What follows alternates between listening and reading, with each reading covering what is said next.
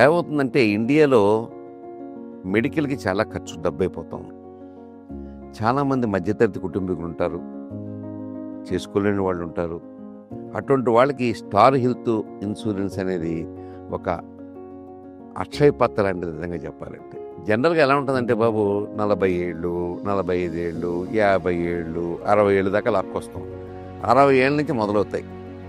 ఏదో ఒక జబ్బు, కాలు నొప్పో, కడుపు నొప్పో, అపెండిసిటిసు లేకపోతే హెర్నియానో ఏదో ఒకటి వస్తూ ఉంటుంది. జనరల్‌గా మానవ సహజం అది.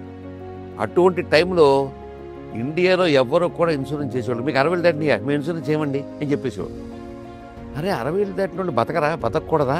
అర్థమయ్యేది కాదు నాకు నిజంగా చెప్పాలంటే. నేను 2, 3 సార్లు వాదించాను కొంతమందితోటి. ఏంటయ్యా 60 ఏళ్ళు దాటితే బతకూడదా? నాకు అర్థం కాదు. ఇన్సూరెన్స్ చేయనంటారేంటయ్యా? అసలు ఏ టైంలో అవసరమో ఆ టైంలో ఇన్సూరెన్స్ చేయకుండా మానేసి మీరు సంపాదించుకోవడం కోసం మమ్మల్ని వాడుకుంటున్నారని కూడా పోట్లాడేవాళ్ళు.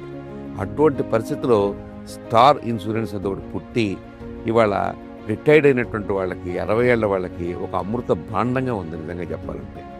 ఎంత కష్టమండి ఇవాళ. వాళ్ళ మెడికల్ చాలా కాస్ట్ అయిపోయింది.